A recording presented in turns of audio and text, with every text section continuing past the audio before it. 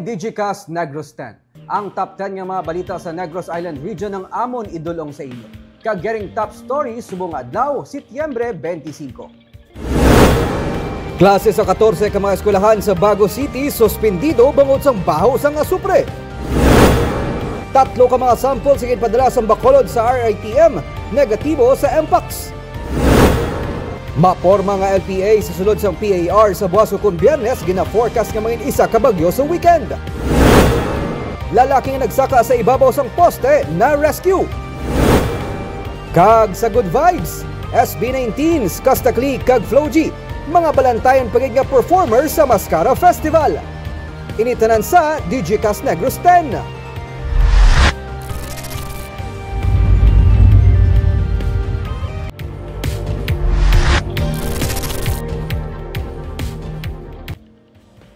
Sa number 10, ITZZ nagadala sang ulan sa Visayas kag Mindanao. Ang Intertropical Convergence Zone o kon ITZZ o kon ang pagtabuay sang hangin gikan sa Northern kag Southern Hemisphere nagaapekto sa Visayas, Mindanao kag Palawan.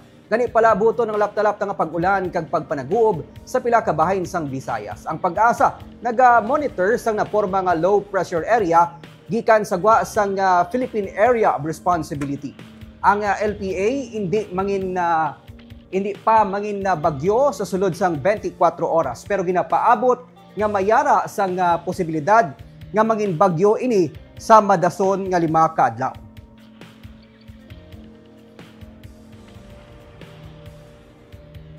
Sa Huwebes ukon Biyernes may posibilidad nga may maporma pagid nga LPA sa east sang extreme northern Luzon.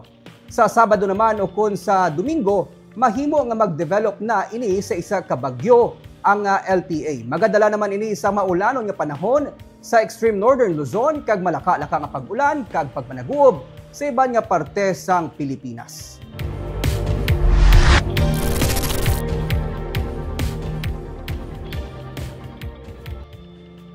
Sa number 9, nadayon ang pagpang-usisa sang Finance Committee sang Konseho sang Sagay angot sa 7.3 million pesos nga health emergency allowance nga wala ma-release sa mga frontliners.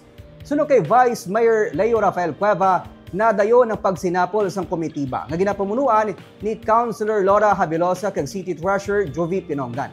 Suno kay Cueva, magahimo sila sang report angot diri kag ini ang iga-report sa madason nga sesyon sang konseho. Ang City Legal Office sang Sagay ang nagapatigayon sang investigasyon matapos nga nagpadangat sang reklamo kay Mayor Narciso Habilosa Jr. ang mga doktor kag nurse nga wala makabaton sang ila nga heya apesar nga nag-abot na ang pondo gikan sa Department of Health. Sunod sa alkalde, ginsiling ni Pinongan nga masako siya kag gina-reconcile pa niya ang records sa rason nga wala ma-release ang nabilin nga 7.3 million pesos gikan sa kabilugan nga 22 million pesos nga pondo. Nagapabili naman nga nakaseal ang vault sang City Treasurer's Office. Ginsiling ni Pinongan nga sunod sa alkalde nga hindi niya mabuksan ang vault bangod nga nalipatan niya ang number combination. Ang ginimo subong nga aga sa ang aton nga Committee on Finance nag-meeting kanina with our treasurer.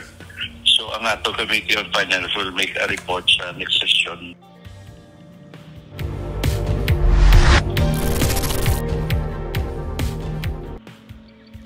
Sa number 8, random drug testing sa Bacolod ginapaabot mapatuman antes matapos ang tuig.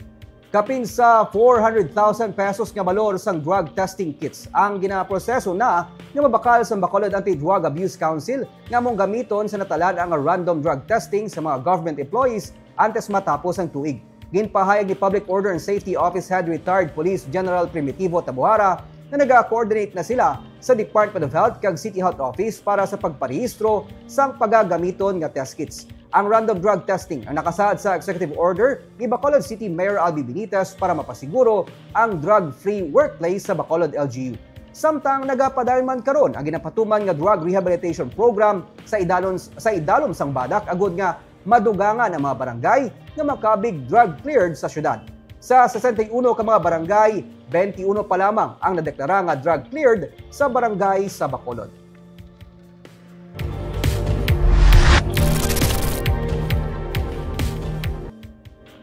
Lalaki nga nasapuan patay sa San Carlos City ang nakilala na.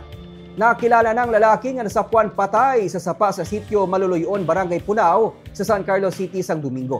Ginkilala kay Joselito Lakaw-Lakaw ang biktima, 20 anyos, kag residente sa Barangay Quezon sa San Carlos. Sunod kay Police Lieutenant Colonel Nazar Cana, ang Chief of Police ng San Carlos City PNP. Naglisensya lang ang biktima sa iya nga iloy nga makadto sa iya nga abyan, kag posible nga naligo ini sa baybay. Sunod sa pulis, wala nakitang biktima bangod nagtabo ang tubig kag nagsulod sa punong, kag ulihin na lang natalupangdan ang bangkay sang biktima. Sa panaysayon sang iloy sang biktima, may diferensya ini sa paminsaron kag kumbinsido man siya nga wala sang foul play sa kamatayon sang iya nga anak.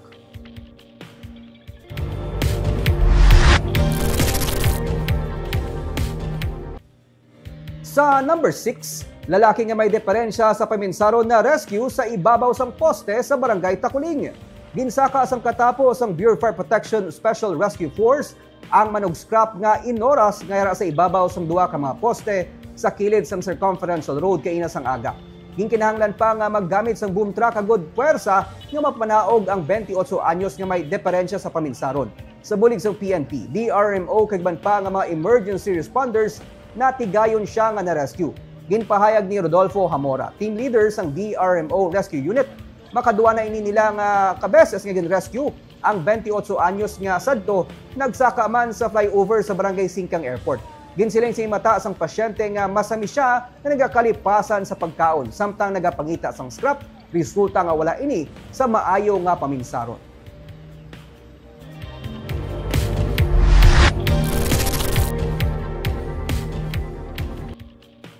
Sa number 5, gin-turnover na sa mall ang temporaryo nga manukan sa Bacolod. Kinapaabot ang pagsaylo sa mga tenants sa sulod sang 5 ka adlaw.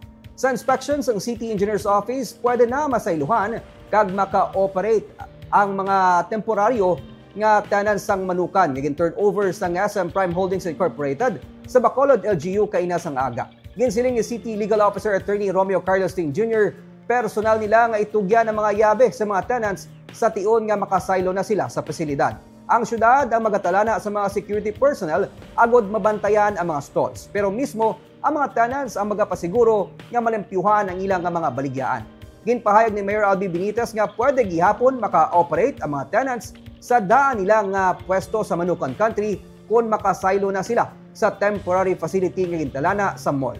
Libre ang paggamit sa mga stall sa sulod sa 2 ka tuig. Inisamtang ginapatuman sa SMPHI ang construction kag development sa ginrentahan nga 3-hectare property sang syudad sa reclamation area.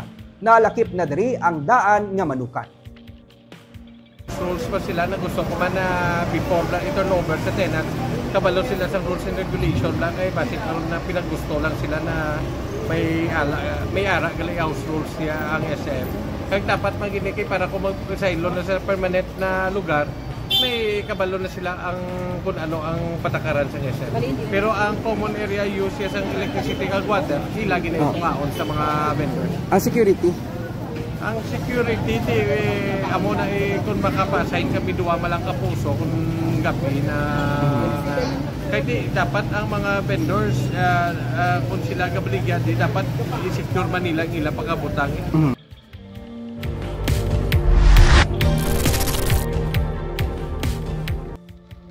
Sa number 4, anay Victoria City Mayor Francis Frederick Palanca ang 99% nga magapapili bilang gobernador sang probinsya sa 2025. Ini para kay Attorney Jesus Hinlo nga nagaserbe bilang Partido Demokratiko Pilipino Deputy Secretary General for Visayas, kasubong man Provincial Council President for Negros Occidental. Karon pa magasapol ang lokal nga partido sunod kay Hinlo kag diri magapahibalo sang iya nga desisyon si anay Mayor Palanca kun bala magadalagan siya sa 2025 bilang gobernador. Mahimo nga magapapili si Palanca nga wala sang vice gobernador. Magaupod man sila o kun magtuga sang alliance sa hindi magasuporta kay Governor Lacson nga magapa-re-elect para sa iya nga third term. Maiga-field sila nga congressman sa 6th District kag ining ginapaabot nga si anay Mayor Ernesto Estrao. Sa lugar nga wala sila sang kandidato nga magapangita sila sang alliance. Wala nalakip silang gintalakay ang Bacolod. Samtang ginominate man si Hinlo sa partido para sa senatorial slate sini. Iya nga ginahulat ang maging desisyon sang partido. For from me, his end? 99%. Ah. But the 1% will be answered by him when he says in public that he will run.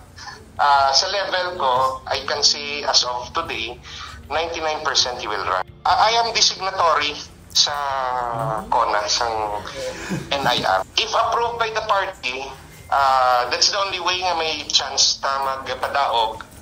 I will run for senator because our last senator was 1963 pa. From next So si Oscar Ledesma.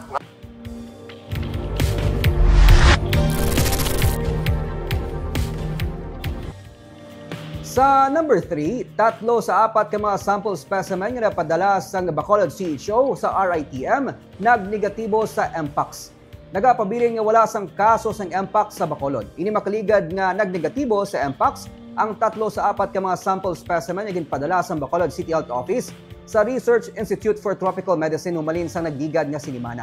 Ginsiling nga Environmental Sanitation Division Head, Dr. Grace Tan nga kadamaan sa manakuhaan sang sample specimen mga lalaki nga nagbatsyag sang paghilanat, pagpanalakit sang lawas nga may unexplained rashes. Sa council meeting sang katapos sang Committee on Health sang Konseho sa Bacolod, na desisyonan ang pagtalana sang anay evacuation center sa Barangay Vista Alegre bilang isolation center. Gindugang ni Tan nga sandig sa pagsulundan sa Department of Health, ginakinahanglan nga mapaidalom sa quarantine ang mga pasyente nga symptomatic. Pero hindi na ginakinahanglan nga magpatuman sa community quarantine o lockdown kasubong sa nagligad nga pandemic. We need to quarantine patient for minimum of 21 days or until the scabs fall off or mag-heal ang lesions. I mean, community quarantine. We don't want to do that. Guidelines also says nga ang patient lang yun ha, ang symptomatic lang, ang needs to be quarantined. Ang close contacts, hindi naman kinanglan. Of course, close contacts should be asymptomatic. Kung mag-present na siya symptoms, so pwede na siya i-quarantine.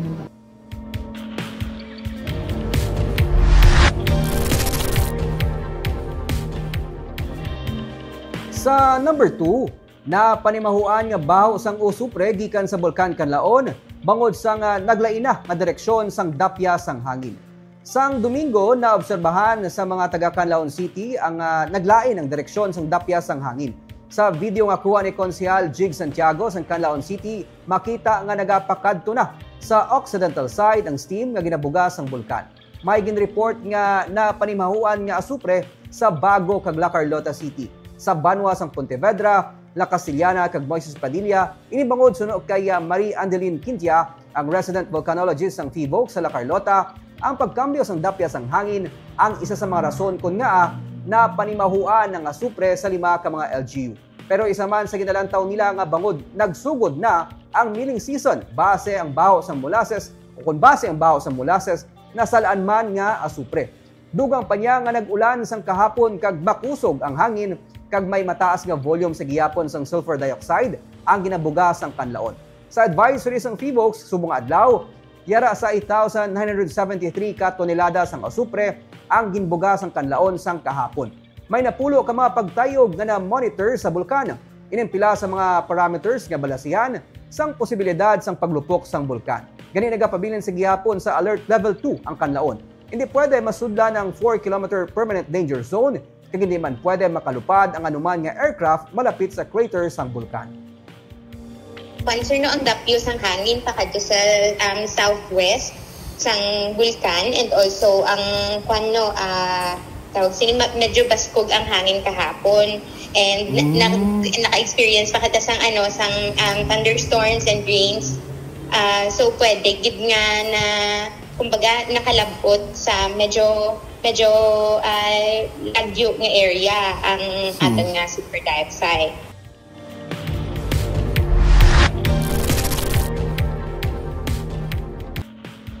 Kag sa mga numero 1 sa mga balita sa Negros subong nga adlaw, 14 ka mga eskwelahan sa siyudad sang Bago nag-cancel sang face-to-face classes bangod sang asupre nga napanimahuan gikan sa Bulkan Kanlaon. Suno kay Bago Schools Division Superintendent Neri Ann Alibuyog, tigaylo nga nangin modular na lamang ang mode of learning sa mga estudyante. Ang mga eskwelahan nga apektado sang baho sang asupre ang napahamtang sa Louisiana, Ilihan kag Maaw. Mga isaman kasimana nga napanimuhuan ang asupre pero kahapon pinakakusog nga baho sang ilang o kun na monitor rason nga nag-cancel sang face-to-face classes subong nga adlaw. Mahimo nga magaresumang face-to-face classes sa Webes suno kay Neri Ann Alibuyog. Kag sa report man sang Provincial Disaster Risk Reduction Management Office, mga lugar nga nag-report sang sulfur odor amo ang pila ka barangay sa Banwa sa La Casillana, Moises Padilla, Siyudad sang Bago, Banwa sang Pontevedra, kag La Carlota City. Pero ginsiling nanday La Carlota Mayor Rex Halanduon, kag Moises Padilla Mayor Elia Garcia Yulo, kag Pontevedra Mayor Jose Maria Alonso, nga subong man nga adlaw, wala na sila sang may na-monitor nga baho sang asupre. Suno kay PD RMO Head Irene Bel Plotenia, nag-request na sila sa DNR sang test agud to nga ma-monitor ang kadamuon sang presence sang sulfur dioxide sa hangin. Abisuhan naman ang yadtong mga apektado nga lugar nga magamit sang face mask. Labi na nga ang mga may ginabatsyag kaangay sa nga asthma. May mga nagahinyo man sang face mask kaangay sa La Casillana, labi na nga pila naman kaadlaw nga sila ang apektado sang baho sang asupre. Na-coordinate tapasubong with PHO ang ilang mga kinahanglan nga mga face mask. Nag-ano na ko kagapon, ma'am, with the city DRRMOs na as much as possible, i-remind ang aton nga mga pumuluyo, particularly ang mga bata nga mag-wear sa ilang mga face mask, miss, and then ma-continuously monitor lang gyapon sa activities ang kanlaon.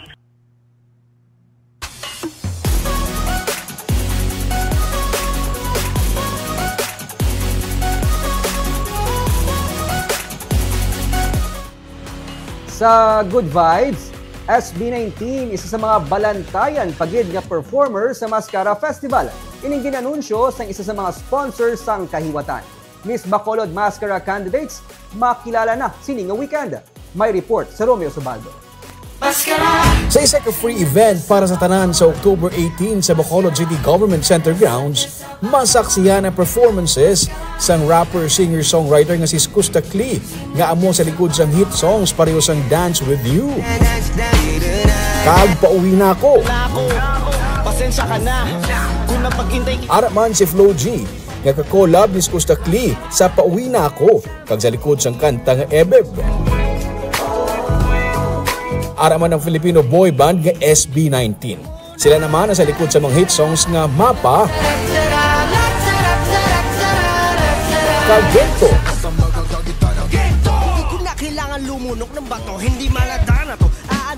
Ang announcement, ang gikan sa sponsor nga Pure Gold para sa ilang sari-sari store, mass caravan and concert. Inang indugang lamang sa pila ka mga performers nga mag-aabot sa Bacolod para sa Mascara season.